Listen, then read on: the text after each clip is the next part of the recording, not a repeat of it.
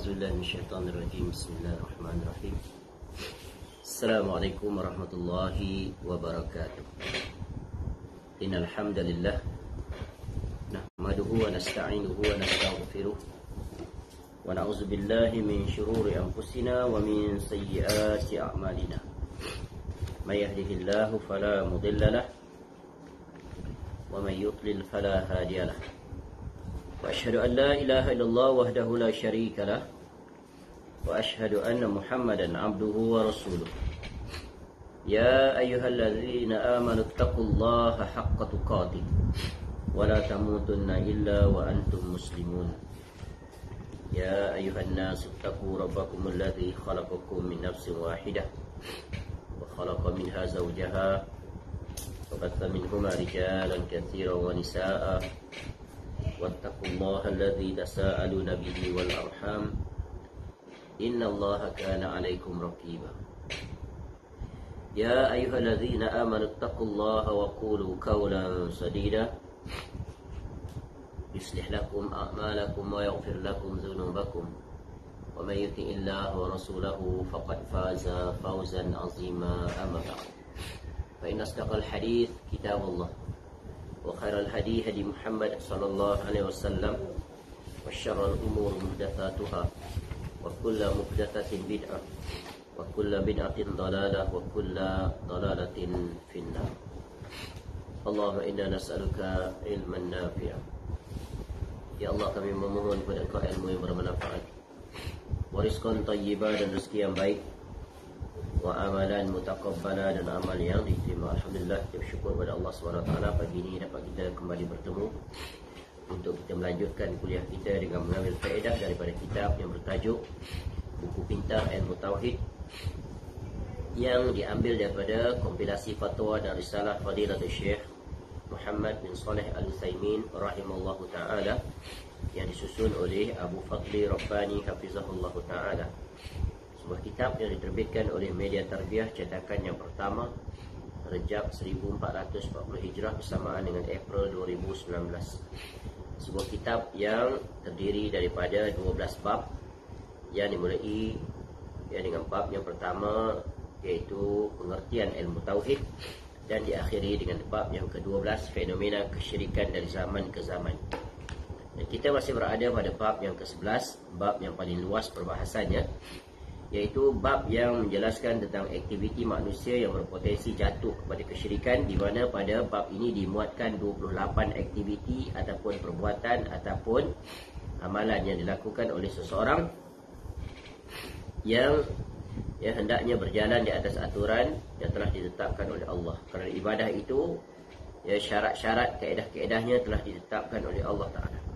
Maka apabila sesuatu amal ibadah itu yang sepatutnya, yang sewajibnya ditujukan hanya kepada Allah, kemudian dipalingkan kepada selain daripada Allah, maka jatuhlah perbuatan itu kepada kesyirikan, yang membawa kepada terbatalnya keislaman yang hendaknya dijauhi oleh seorang Muslim yang mukmin.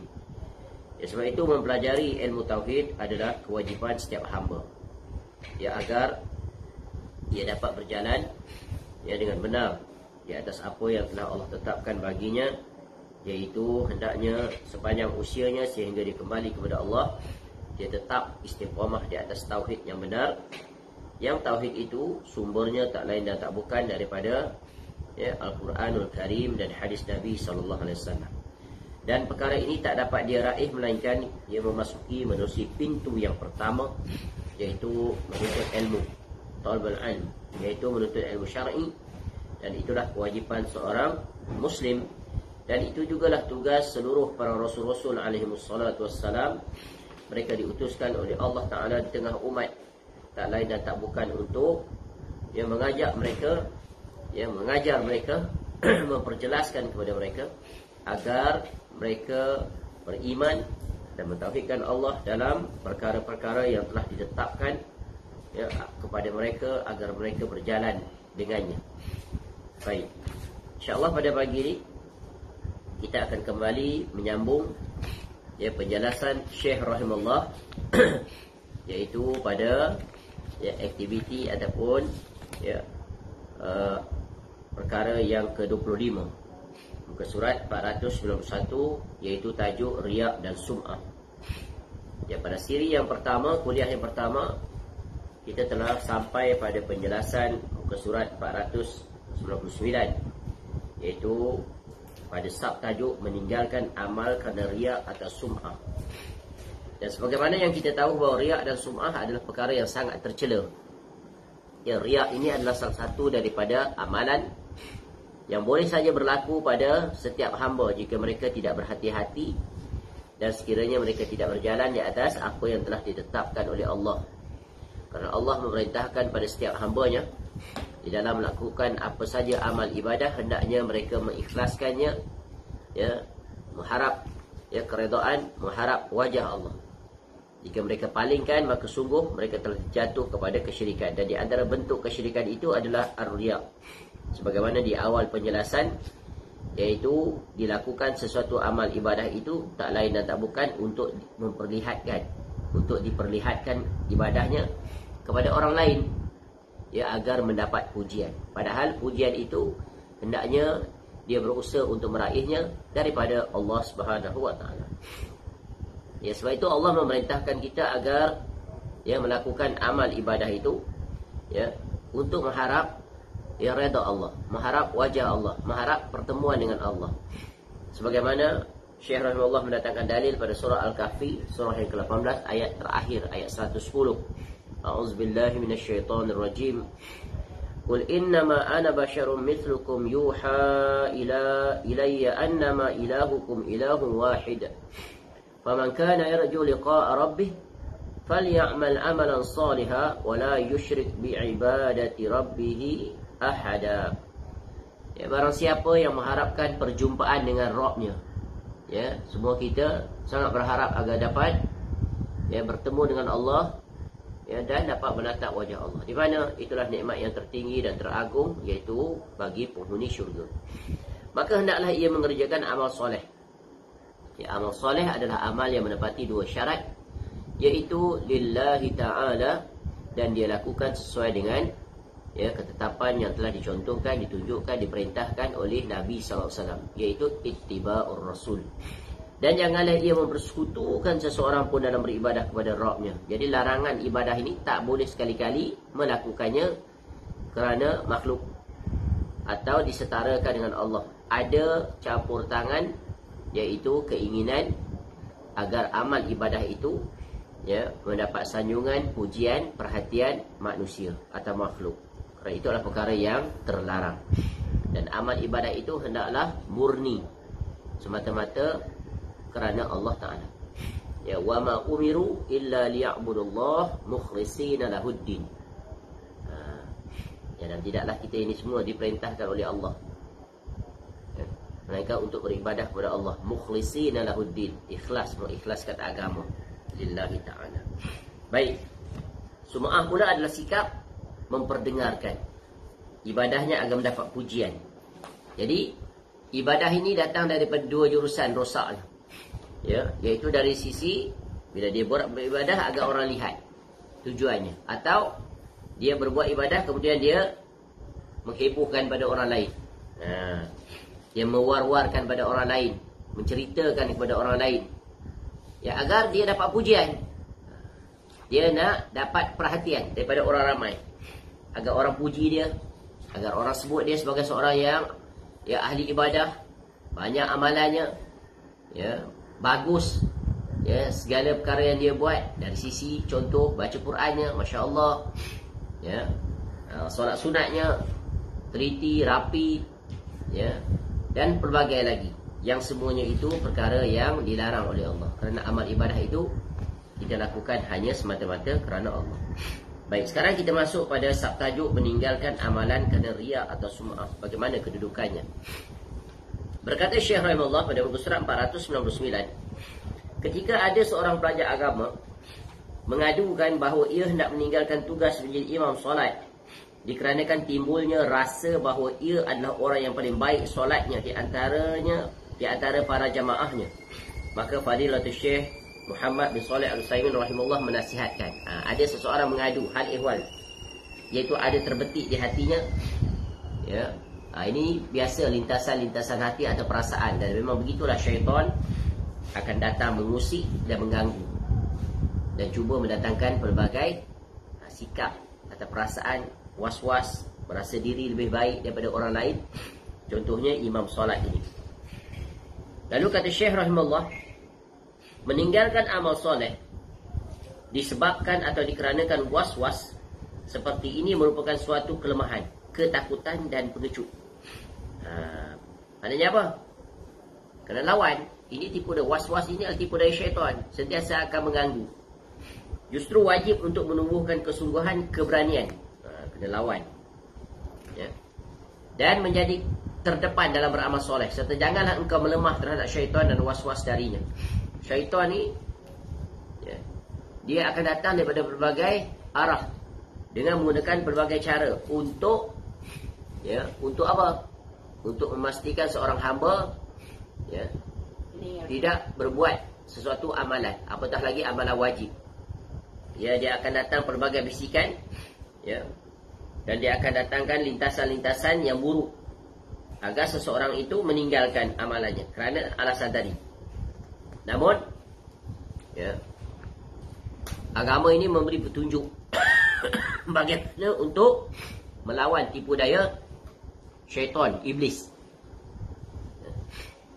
Sesungguhnya syaitan itu sedang membawamu supaya meninggalkan amal soleh dengan cara menakut-nakuti dirimu dengan was-was bahawa amalmu memang mengandungi riak, atau itu suatu sikap alhamdulillah membanggakan diri dan mengagumi diri sendiri sehingga ditinggalkan amal soleh. Jadi syaitan datang bentuk puji-pujian. Maknanya syaitan mengganggu, membisik-bisik, mendatangkan apa? Perasaan pada orang tersebut bahawa terasa pada dirinya dia tu lebih baik daripada orang lain, sebab tu dia jadi imam. Kamu ni bagus, kamu ni dilantik jadi imam sebab kamu ada kelebihan berbanding dengan ahli jemaah lain. Ya, kamu seorang yang hafal Quran, bacaan kamu, ya, bagus, sedap suara dan sebagainya, dan disukai oleh para jemaah. Jadi itu adalah biasa. Syaitan akan datang dengan ucapan-ucapan manis seperti itu. Namun, sebagai seorang yang beriman, adakah kita nak menuruti bisikan-bisikan itu dan tertipu dengannya? Tidak sama sekali. Kita wajib melawannya. Ya, kita wajib menolak, ya, tipu dayanya. Dan kita kena ingat bahawa amal ibadah yang kita lakukan ni, ya, hanya mengharap redha Allah, tak mengharap, ya, redha manusia. Jadi tujuan syaitan berbuat demikian agar ada perasaan untuk kita datang ketakutan. Ini riak, ya. Untuk mengelakkan riak, jadi aku nak mengundurkan diri daripada menjadi imam. Maka apabila dia berbuat demikian, maka dia telah dikalahkan oleh syaitan. Apa yang patut dia buat? Hendaklah dia menepis, menolak, ya, tidak menerima, membatalkan gangguan itu dengan mengikhlaskan niat kerana Allah. Aku menjadi imam, ya, kerana ini adalah kewajipan, ya, kerana aku telah dipilih, dilantik, ya, maka kewajipanku menjadi imam, ya, sesuai dengan apa yang telah Allah perintahkan. Macam tu lawan. Jadi syaitan membuatmu khawatir sehingga engkau adalah seorang yang sedang ingin dilihat amalnya. Juga menakut-nakuti bahawa engkau merasa kagum terhadap diri sendiri dan lain-lain sebagainya. Semua ini adalah tipu daya syaitan agar matlamat ini tercapai, iaitu seseorang akan meninggalkan amalan tersebut. Jadi jangan dibiarkan syaitan itu menipu sampai ke tahap itu. Jadi perlu dilawan. Dan ini banyak berlaku pada setiap orang. Ya, terkadang umpamanya ada orang yang contoh hobinya membaca buku. Di mana pun dia pergi, dia bawa buku. Ya, hatta ketika berada di meja makan, ketika dia sedang menunggu pesanan makanannya, dia membuka bukunya, membaca. Betul kan? Tapi terkadang timbul perasaan, ya, nanti apa orang kata? Ya, tu riak lah, nak tunjuk rajin baca buku. Sampai di tempat seperti ini pun baca buku. Ya, itu adalah tipu daya syaitan. Padahal apa yang kita perbuat itu adalah perkara yang sangat baik. Kerana apa? Tidak memberikan kesempatan waktu luang untuk disia-siakan. Dan itu sebenarnya adalah waktu yang terbaik. Ya, betapa dia dapat mengatur waktunya tanpa disia-siakan walaupun seminit. Berbanding dengan orang lain. Nanti kan syaitan kata, "Woi, kamu baguslah, tengok orang lain tu. Semua membazir waktu berada di atas meja makan. Sembang, main handphone, main game. Kamu seorang je yang bagus baca buku." Tu kan syaitan akan datang seperti itu. Maka bila dia ada perasaan begitu, dia tahu itu adalah riak. Lalu dia mengikut bisikan syaitan, lalu dia tutup buku dia. Dia pun tak baca. Kerana apa? Khawatir dia terkena riak. Tetapi sepatutnya dia buat apa? Dia lawan. Peduli apa syaitan? Aku baca ni kerana Allah Ta'ala. Untuk kebaikan diriku. Daripada aku duduk tidak berbuat apa-apa, dan masa aku pun sangat terhad kerana banyak perkara yang perlu dibuat. Inilah masa luang. Maka dia pun berjaya mengatasinya. Sebab itu dalam beramal ibadah ini, jangan dibuat sesuatu amal ibadah itu kerana makhluk. Itu yang pertama. Dari dua jurusan. Satu, tadi untuk meraih pujian manusia. Jatuh kepada riak atau jatuh kepada sum'ah. Yang kedua, ketika kita nak beramal ibadah, jangan pedulikan apa orang kata. Itulah lagi satu sisi. Jangan peduli apa orang kata. Itu nak menunjuk lah tu, nak riak lah tu. Kadang tipu daya tu datang daripada manusia. Pedulikan apa orang kata. Yang hendaknya kita letakkan, pedulikan apa yang Allah kata. Maka dengan itu akan datanglah keikhlasan. Baik, subtajuk seterusnya. Ujian manusia setelah mengerjakan amal yang ikhlas. Bagaimana kedudukan setelah kita melakukan amal ibadah, dah selesai dah amal ibadah itu. Kemudian orang memuji. Dia seorang yang soleh, dia seorang yang baik, Masya Allah dan sebagainya. Jadi Syekh rahimahullah mendatangkan sebuah hadis Nabi SAW. An Abdullah bin Samit radhiyallahu anhu, an Abi Dzar radhiyallahu anhu annahu qala, ya Rasulullah. Mana sangat? Ya Rasulullah, ar-rajulu ya'malul amala fayahmaduhu an-nasu alayhi wa yusnuna alayhi bih. Faqala Rasulullah SAW, tilka ajilu bushral mu'min. Diriwayatkan daripada sahabat Abdullah ibn Samit radhiyallahu anhu, daripada sahabat Abu Dzar radhiyallahu anhu, bahawa ia mengatakan, wahai Rasulullah, ada seseorang yang mengerjakan suatu amal soleh, kemudian orang-orang memujinya dan menyanjungnya. Maka Rasulullah SAW pun bersabda, tilka ajilu bushral mu'min. Itu adalah khabar gembira yang disegerakan bagi seorang mukmin. Ini bagaimana ni? Dia beramal ibadah, lalu dia dipuji oleh orang ramai, orang lain. Masya Allah, dia seorang ahli masjid. Aku kenal dia sejak muda sampai sekarang tak pernah dia gagal untuk datang masjid kecuali beberapa waktu disebabkan oleh keuzuran. Aku kenal dia sebagai seorang yang Masya Allah baiknya tutur bicara, sangat menjaga perkataan-perkataan yang keluar ketika berbicara dengan orang lain, tak pernah tersakiti dengan lisannya. Masya Allah, dia seorang yang sangat dermawan, seorang yang sangat baik hati, ringan tangan, tanpa dia mengambil kira siapa saja yang dia bantu. Itu contoh orang puji dia seperti itu. Bagaimana kedudukan dia? Dan dia dengar, dia tahu orang memujinya. Maka Fadilatul Syekh Muhammad bin Shalih Al-Utsaimin rahimahullah menjelaskan, seorang mukmin yang mendapat khabar gembira di dunia dengan sebab amal solehnya dapat dilihat dari beberapa ilustrasi, daripada beberapa contoh. Dan Nabi SAW sebut dah tadi, kalau kita orang memuji seseorang disebabkan kesolehannya, dan dia bersyukur di atas pujian itu, dan dia tidak terasa riak, sum'ah dan sebagainya, maka itu adalah berita gembira untuknya. Kerana manusia-manusia di atas muka bumi adalah saksi-saksi bagi orang mukmin.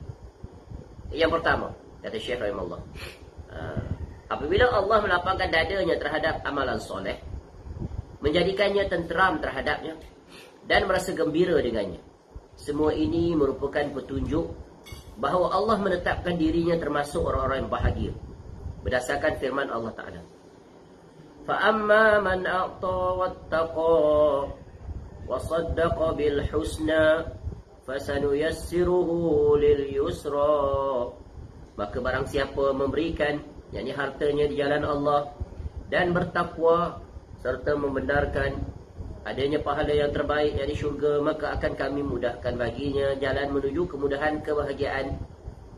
Surah Al-Lail, surah yang ke-92 ayat 5 hingga 7. Hal ini juga ditunjukkan bahawa ketika Nabi SAW mengkhabarkan bahawasanya setiap manusia itu telah ditetapkan tempat tinggalnya di syurga dan neraka. Maka para sahabat pun bertanya, "Wahai Rasulullah, tidakkah kita tinggalkan sahaja beramal soleh dan cukup bersandar pada apa yang telah ditetapkan?"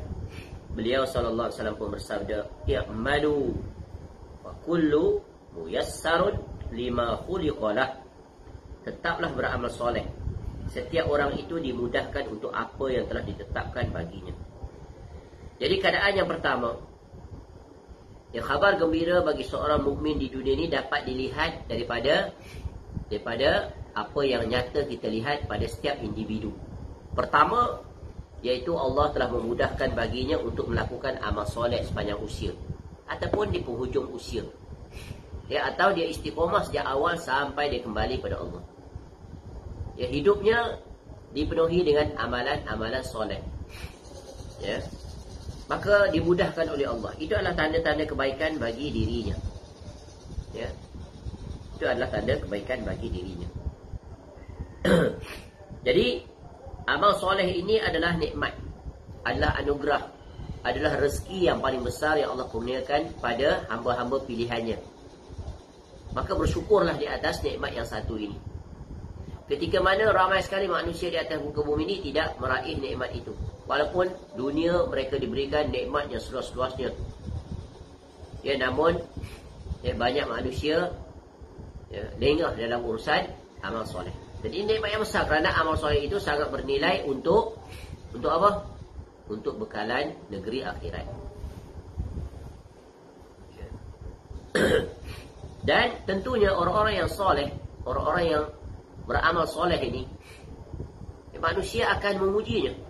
Akan ada manusia yang memujinya kerana orang yang beramal soleh adalah orang yang memiliki sikap, sifat, kepribadian yang apa?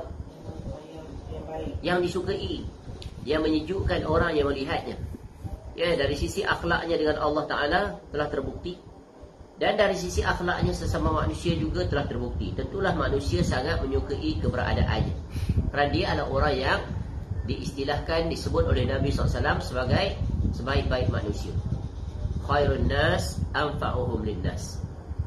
Iaitu dia bermanfaat untuk dirinya, untuk orang lain, dan tentu dia sentiasa taat kepada Allah.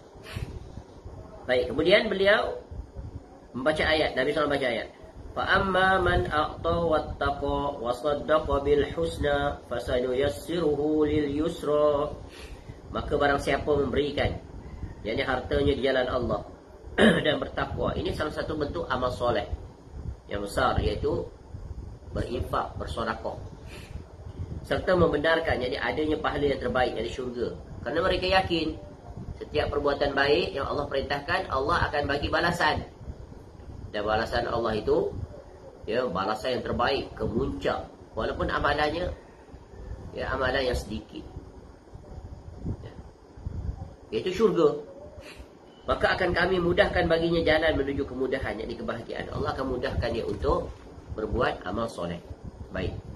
Di antara khabar gembira bagi seorang mukmin adalah ia mendapati dirinya mudah beramal soleh, redha dengannya dan merasa tenteram terhadapnya. Kerana itulah solat itu menjadi penyejuk mata bagi Rasulullah SAW. Ini khabar gembira daripada Allah, di mana Allah mudahkan dia untuk melakukan amal soleh. Senang dia nak berbuat ibadah, nak baca Quran, nak berzikir, nak membaca kitab-kitab, nak mendengar kuliah, dan apa saja amal-amal kebaikan, ketaatan dimudahkan baginya. Dan betapa banyak manusia yang tidak memiliki nikmat ini. Dan betapa banyak manusia pada waktu ini masih lagi enak, lena dibuai mimpi, tidurnya. Tak ada keinginan pun untuk dia bangun untuk mendirikan solat subuh. Dan betapa banyak pula orang yang Ya, selesai solat subuh tidak berbuat apa-apa. Ya, tidak membaca Al-Quran, ya, tidak berzikir, tidak membaca kitab-kitab atau mendengar kuliah dan berbagai lagi.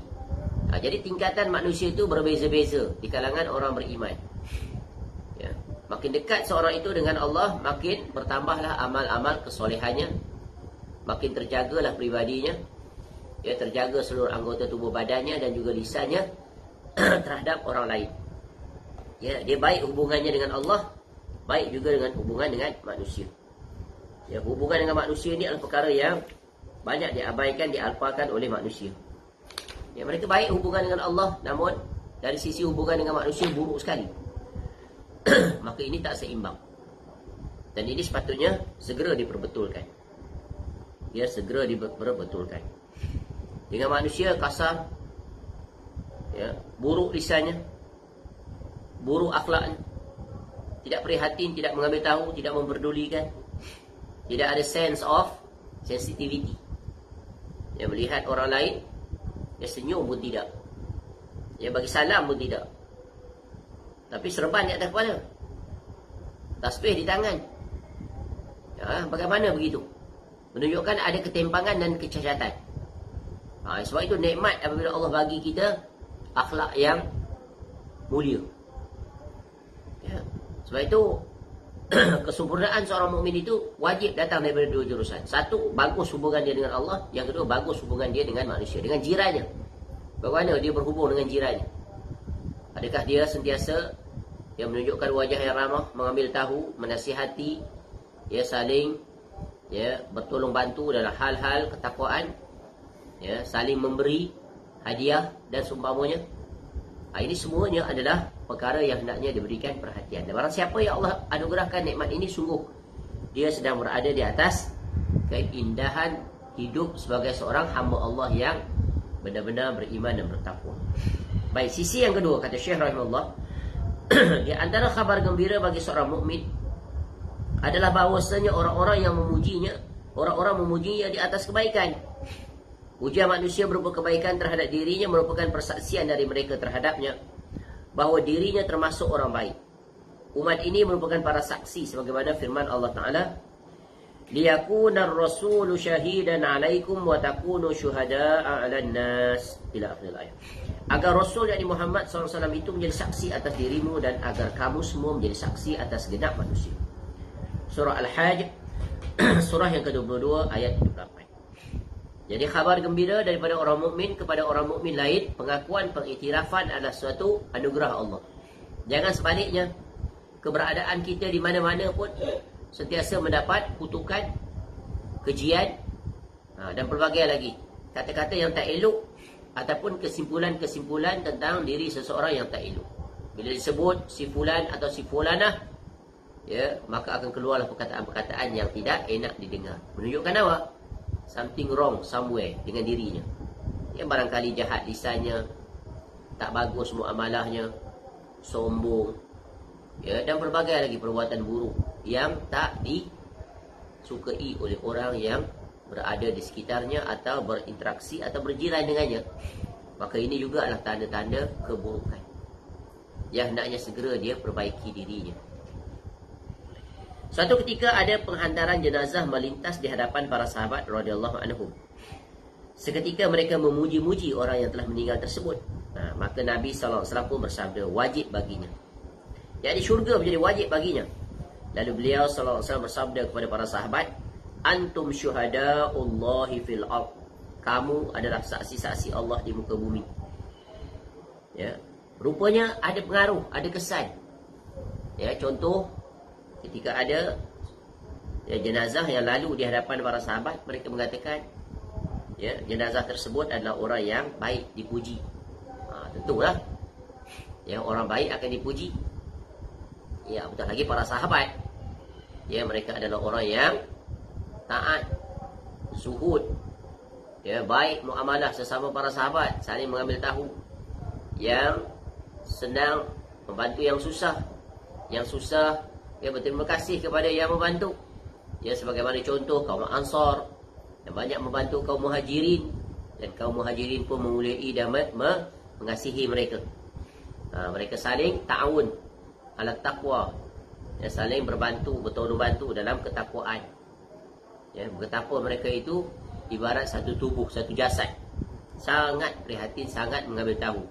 Tidak ada sikap pada mereka itu sikap individualistik, sikap apa, selfish, tak ada. Kerana mereka telah dididik oleh Nabi SAW, dan mereka sangat bertuah, beruntung kerana Nabi SAW bersama dengan mereka. Dan mereka beruntung kerana apa? Kerana mereka taat pada Rasul sallallahu alaihi wasallam. Itulah keberuntungan yang mereka raih. Jadi kita jika ingin beruntung, walaupun pribadi Nabi SAW itu tidak berada bersama kita, kita masih tetap memiliki peluang yang sama, iaitu apa? Taat kepada apa yang Nabi SAW perintahkan. Maka laksanakanlah. Jangan menyelisihi, jangan menyimpang. Jadi puji-pujian manusia dengan penuh keikhlasan daripada mereka, maka itu adalah merupakan busyra bagi mereka, khabar gembira. Sehingga Nabi SAW menyebutkan, setelah sahabat Nabi SAW sebut terhadap sahabat tersebut, lalu Nabi SAW mengatakan wajib baginya syurga. Ini di antara orang-orang yang telah ditetapkan oleh syariat bahawa mereka adalah ahli syurga. Namun orang di zaman ini, kalau ada disebut begitu, kita tidak boleh mentakyinkan wajib bagi dia syurga. Bila disolati jenazah seseorang, semua kata dia baik, Masya Allah, dia seorang yang baik dan sebagainya. Maka kita bukan kata wajib baginya syurga, tak boleh. Cuma kita kata mudah-mudahan dia termasuk dalam hadis ini. Mudah-mudahan dia mendapat anugerah syurga. Sebab apa? Sebab kita bukan Rasul. Nabi SAW, Allah yang beritahu, si A, si B ni ahli syurga. Maka memang pasti mereka ahli syurga, kerana telah disebut oleh Nabi SAW. Kerana apa yang disebut oleh Nabi SAW adalah wahyu. Wa ma yantiqu 'anil hawa in huwa illa wahyun yuha. Jadi perkataan Nabi SAW itu adalah daripada wahyu, cuma diucap dalam ucapan Nabi SAW. Itu kaedah. Berharap mudah-mudahan. Kerana jangan terbuka pintu bermudah-mudah disebut dia tu ahli syurga. Kerana seseorang itu yang diukur secara zahir, yang batin hanya Allah yang maha mengetahui. Sebab itu kita berharap, berdoa mudah-mudahan Allah kurniakan dia syurga.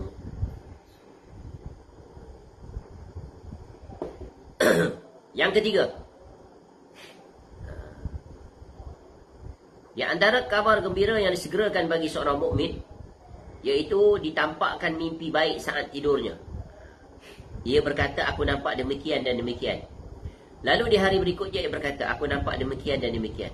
Atau ia bermimpi tentang dirinya sendiri berupa kebaikan. Semua itu adalah kabar gembira yang disegerakan bagi seseorang mukmin. Boleh saja kabar baik itu datang melalui mimpi. Mimpi yang baik ini adalah membawa kepada perkara yang baik. Dan itu adalah merupakan berita yang menjadi pengharapan. Mudah-mudahan mimpi itu adalah benar. Terkadang kita bermimpi yang bertemu dengan orang-orang soleh, kan?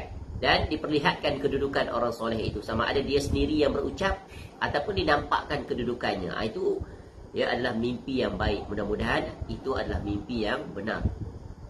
Dan banyak kisah-kisah mimpi ini yang menjadi kabar gembira, sebagaimana yang lakalkan dalam banyak kitab-kitab tentang kisah-kisah para ulama yang mereka itu bermimpi, mimpi yang mendatangkan kabar gembira ataupun kebaikan. Baik, ketiga ilustrasi ini, ketiga contoh yang disebut oleh Syekh rahimahullah ini, semuanya adalah kabar gembira yang disegerakan bagi seorang mukmin. Maka gembiralah seorang mukmin atau mukminah apabila nampak begitu mudah beramal soleh. Dan Allah telah melapangkan dadanya terhadap Islam. Allah Ta'ala berfirman, afaman syarahallahu sadrahu lil Islam fahuwa ala nurin min rabbih. Maka apakah orang-orang yang dibukakan hatinya oleh Allah untuk menerima agama Islam, lalu dia mendapat cahaya daripada Rabbnya, yakni sama dengan orang yang hatinya membatu. Surah Az-Zumar, surah yang ke-39 ayat 22. Demikian. Wallahu a'lam. Maka selesailah penjelasan dan perbahasan yang disebut oleh Syekh rahimahullah, iaitu tentang amalan yang ke-25, iaitu riya' dan sum'ah, yang merupakan amalan yang tercela, yang boleh mengakibatkan membawa pelakunya kepada kerugian di negeri akhirat, iaitu riya' dan sum'ah. Dan riya dan sum'ah, riya ini termasuk dalam syirik asghar. Dan implikasinya sangat besar nanti di negeri akhirat. Ya, sebagaimana dalam sebuah hadis Nabi SAW disebutkan, ya, inna akhwafa ma akhafu alaikum asyirkul asghar. Ya, sesungguhnya sesuatu hal yang paling aku takutkan, kata Nabi SAW pada kamu ini adalah syirik asghar. Nabi SAW khawatir. Ya, penyakit yang berbahaya sebab dia. Ya, bila Nabi SAW khawatir, takut menimpa umatnya, maka perkara itu perkara besar, perkara yang membinasakan. Qalu, lalu para sahabat bertanya pada Nabi SAW. Para sahabat segera tanya. Ya, sebab para sahabat tidak mengetahui, sebab itu dia tanya. Apa makna syirik asghar ni? Syirik asghar ni apa? Wa ma syirkul asghar ya Rasulullah. Jadi faedah kalau tak tahu tanya. Jangan diam dan buat kesimpulan sendiri. Ya, never make your own assumption. You have to clarify. Kena tanya. Ini sikap yang bagus. Ya, lalu Nabi SAW menjawab, qal ar-riya, adapun riya itu adalah yaqulullahu yaumal qiyamati idza juzi'an nasu bi a'malihim idhabu ila alladhina kuntum tura'una fid dunya fanzuru hal tajidu indahum jazaan. Kata Nabi SAW, ya, Allah Ta'ala pada hari kiamat nanti, ya, setelah semua manusia diberikan balasan atas amalan mereka, Allah Ta'ala akan berfirman, Allah akan berbicara. Ya, Allah akan berbicara. Yaqulullah yaumul qiyamah, pergi, kata Allah, pergilah kamu kepada orang-orang yang dahulu, ya, ilal ladzina kuntum, pergi pada orang-orang yang dahulu kamu tura'una fid dunya, yang kamu berbuat riak pada mereka ketika di dunia. Buat amalan kan nak dapat pujian, nak tunjuk-tunjuk, ya, nak expose. Suka sangat expose amalan. Semuanya dia nak expose. Dia makan nasi pun, makan kuih pun upload dalam Facebook. Apa saja aktiviti peribadi dia. Ni dari jurusan dua, urusan ibadah, urusan dunia, semua nak tunjuk. Dia semua nak cerita apa yang dia buat setiap hari. Pergi ladang pun cerita kat orang, tanam bunga pun nak beritahu pada orang. Apa tujuan? Itu kalau tujuan dia kalau nak dapat pujian manusia, dapatlah di sini. Menunjuk-nunjuk. Suka nak expose, ya, personal activity. Ya, tak ada kerja. Apa manfaatnya? Ya, wasting time. Sebab apa? Sebab itu kalau mengharapkan pujian manusia ni, you will be die standing. Tak akan pernah terpuaskan. Buat itu, buat ini, buat itu, buat ini. Hari-hari letih nak expose apa yang dia buat. For what? For nothing. Ya. Just at the end, you will be exhausted. Letih sendiri je. Penat. Ya Allah. Sebab datang perasaan tu. Semua aktiviti nak tulis. Ni, hari ni buat ni. Hari ni aku pergi sini. Hari ni aku sini. Ya. Sampai dia pergi umrah pun semua nak cerita apa dia buat. Pergi restoran tu pun update. Pergi gunung tu pun update. Untuk apa? Untuk apa? Ya. Kan itu personal amalan kita tu. Nak expose pada orang untuk apa? Cuba tanya perkara itu. Ya, alangkah baiknya kalau kita expose tentang Gua Uhud ini sejarahnya sekian, sabda Nabi SAW sekian-sekian. Itu jangan modelkan kita tu, jangan expose our own personal activity. For what? Tentunya kita nak dapatkan perhatian manusia, agar orang memberi komentar, agar orang puji dan pelbagai lagi. Tu. Ya, sebab itu teliti ni, syaitan ni sangat halus tipu daya je. Ya. Ingat ni pesanan Nabi SAW ni. Pergilah kamu pada orang yang dulu kamu berbuat riak pada mereka di dunia. Maka lihatlah apakah kamu mendapat balasan pada mereka. Sebab kamu berbuat tu bukan kerana aku, kamu buat kerana makhluk. So, minta pada mereka, jangan minta pada aku. Ini satu tamparan yang sangat, ya, mengerikan. Bayangkan Allah berfirman seperti itu. Ya, apa yang boleh kita berbuat ketika itu? Helpless. Ya. Menyesal, tiada guna.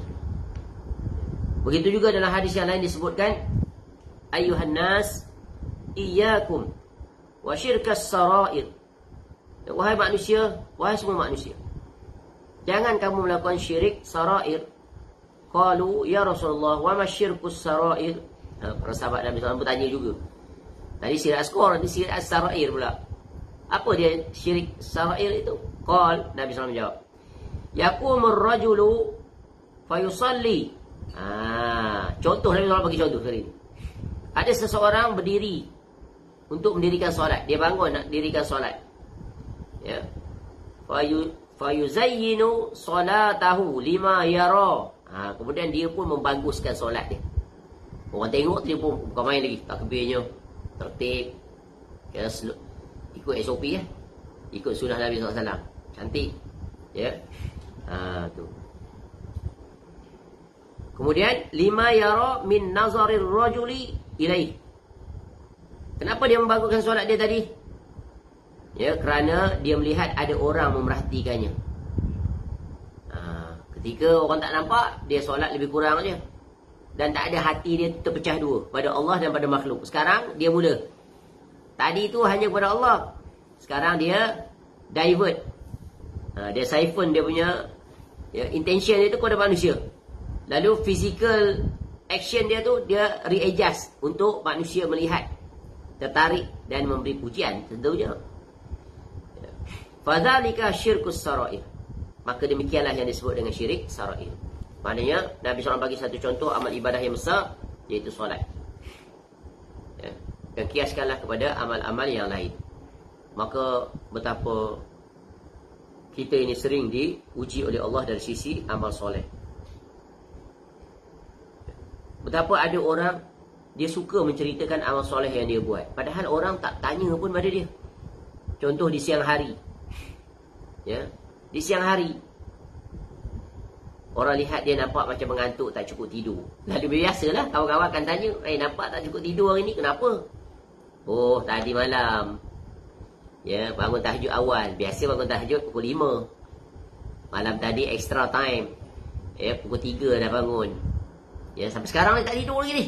Oh, kuat dia punya stressing point dia tu. Ya, dengan nada tu, irama tu sendiri. Ya.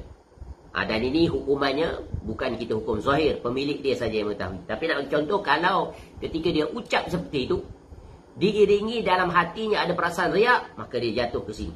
Boleh faham tu? Jadi bukan kerja kita nak menjatuhkan hukuman. Riak lah tu. Cakap pun dah riak. Tak boleh. Ya, cuma kita boleh menasihati. Ya, saudaraku, dia minta maaf. Just nak bagi pandangan. Jika saudara ucapkan tadi tu ada iringan dengan riak, maka ya, hapuskan, abaikan. Tapi jika saudara sebut itu sebagai tanda syukur pada Allah, maka itu adalah perkara yang diharuskan. Boleh faham tu? Dia jangan mudah-mudah menjatuhkan hukuman. Oh, riak lah tu. Dia nak menunjuk. Tengok tu. Dia di kalangan ramai pun berzikir. Dia pegang tasbih bergerak. Tak boleh kita jatuhkan hukum seperti itu. Sebab itu adalah amalan hati. Cuma peribadi itu sendiri yang mengetahui. Ya, tapi yang sebaik-baiknya amal-amal sunat ini hendaklah disembunyikan. Kenapa? Nak menjaga tadi. Ya, nak menjaga keikhlasan. Ya. Jadi contoh solat tadi. Dan sebelumnya pun dah diberi penjelasan, orang munafik ni ciri khas dia adalah riak. Solat dia tu riak, nak tunjuk pada orang. Ya, sebagaimana Allah sebut dalam surah An-Nisa ayat 142, innal munafiqina yukhadi'una Allah wa huwa khadi'uhum wa idza qamu ila shalah qamu kusala. Orang munafik. Dan apabila mereka berdiri untuk solat, mereka berdiri dengan malas. Ya, malas solat. Terpaksa. Sebab apa? Kalau tak solat nanti orang kata apa pula? Apatah lagi Nabi SAW ada bersama mereka. Kena solat lah. Padahal malas yang amat sangat. Berat sekali terasa.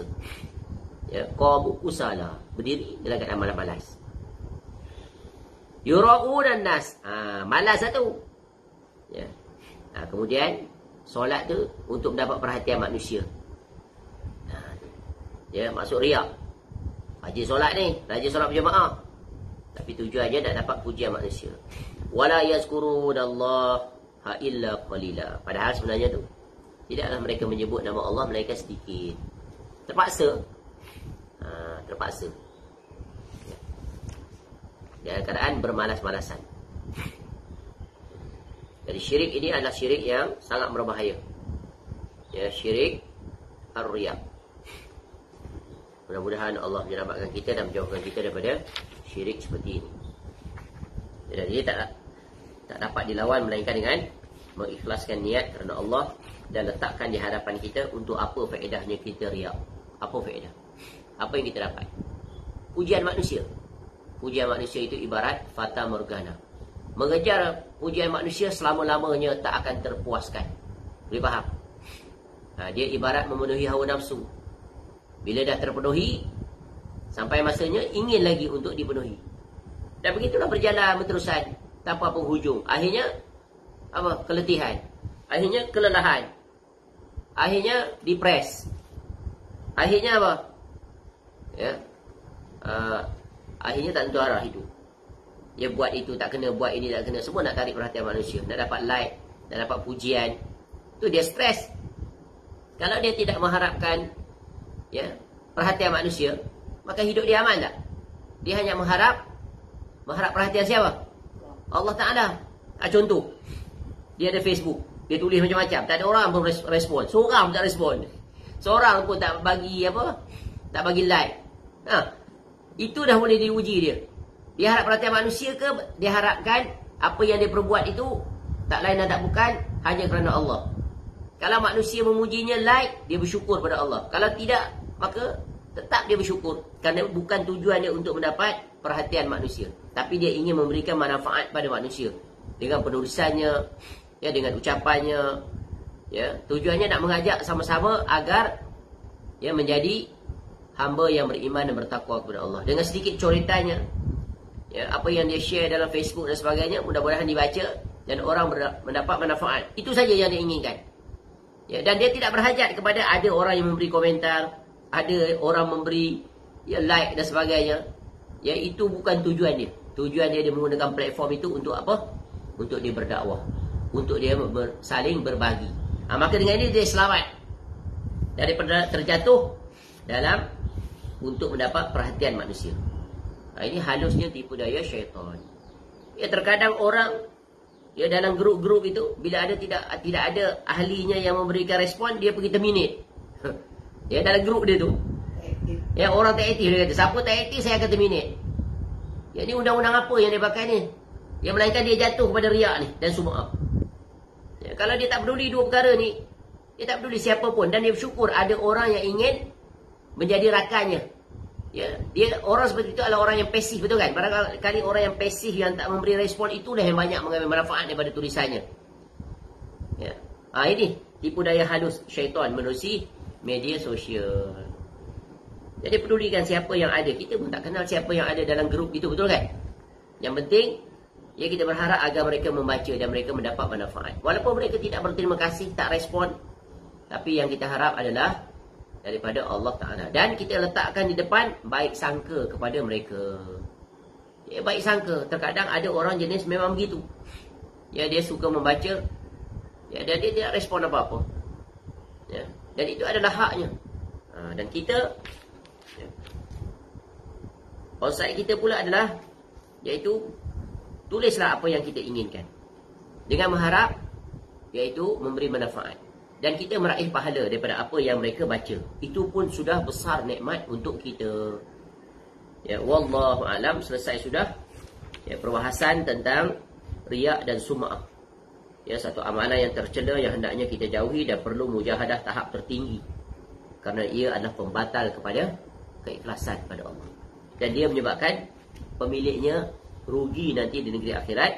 Sehingga Allah Ta'ala memerintahkan untuk dia agar pergi kepada orang yang dia perbuat amalan kerana mereka itu. Sebab itu wajib mengikhlaskan niat kerana Allah Ta'ala. Dan syirik ini adalah syirik yang sangat halus. Syirik yang sangat halus. Sebab itu Nabi SAW mengajar kita untuk berdoa. Allahumma inni a'udzubika an usyrika bika syai'an wa ana a'lamu wa ana a'lam. Ya Allah, sesungguhnya aku berlindung kepadamu ya Allah daripada menyekutukan dirimu dengan sesuatu. Wa astaghfiruka minaz zambi alladzi la a'lam. ya, sedangkan aku mengetahuinya. Dan aku juga memohon ampunan, ya, wastaghfiruka, aku mohon ampun pada engkau ya Allah, ya, dari dosa yang aku tidak ketahui.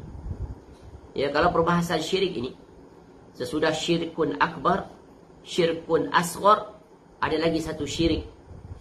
Ya, kalau pembahagiannya lebih halus, yaitu syirik khafi. Ya, asyirku fi hazihil ummah akhfa min zabibil namlati as-sauda'i ala safatit sauda'a fi zulmatil lain, kata Nabi SAW.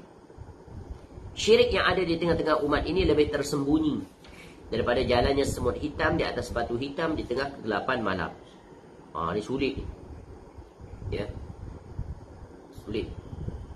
Contoh seperti ucapan, dalam bentuk ucapan.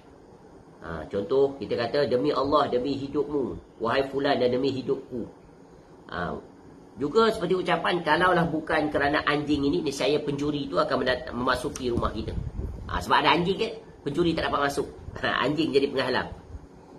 Contoh, kalau tidak ada ikan puyuh dalam akuarium ni, ya, tentu pencuri dah lama masuk rumah kita. Sebab ada ikan puyuh, maka pencuri tak masuk. Demikian juga ucapan dengan kehendak engkau dan kehendak Allah, ataupun kehendak Allah dengan kehendakmu. Tu. Ataupun seandainya, bukan kerana seandainya. Ini semua ucapan-ucapan yang termasuk dalam syirkun asghar. Ya, kerana penyandarannya, ya, kepada makhluk. Kemudian dia samakan juga dengan pada siapa? Dengan Allah. Ini ada perbahasannya, boleh kita pelajari dalam bab khusus tentang, ya, perbahasan terperinci tentang syirik. Ya, sebab syirik itu sangat halus. Ya, daripada sejelas-jelas kepada sehalus-halusnya. Dan seseorang itu tak akan dapat selamat kecuali dengan ilmu yang benar. So, itu wajib kita menuntut ilmu syar'i. Alhamdulillah, selesai sudah perbahasannya. InsyaAllah panjang umur kita akan masuk aktiviti yang ke-26, iaitu beramal ibadah untuk faedah, yakni kepentingan dunia. Bagaimana kedudukannya? Wallahu a'lam. Mudah-mudahan bermanfaat. Subhanakallahumma wa bihamdika asyhadu an la ilaha illa anta astaghfiruka wa atubu ilaik. Wa sallallahu ala nabiyyina Muhammad wa ala alihi wa sahbihi wasallam. Wa akhiru da'wana alhamdulillahi rabbil alamin. Assalamualaikum warahmatullahi wabarakatuh.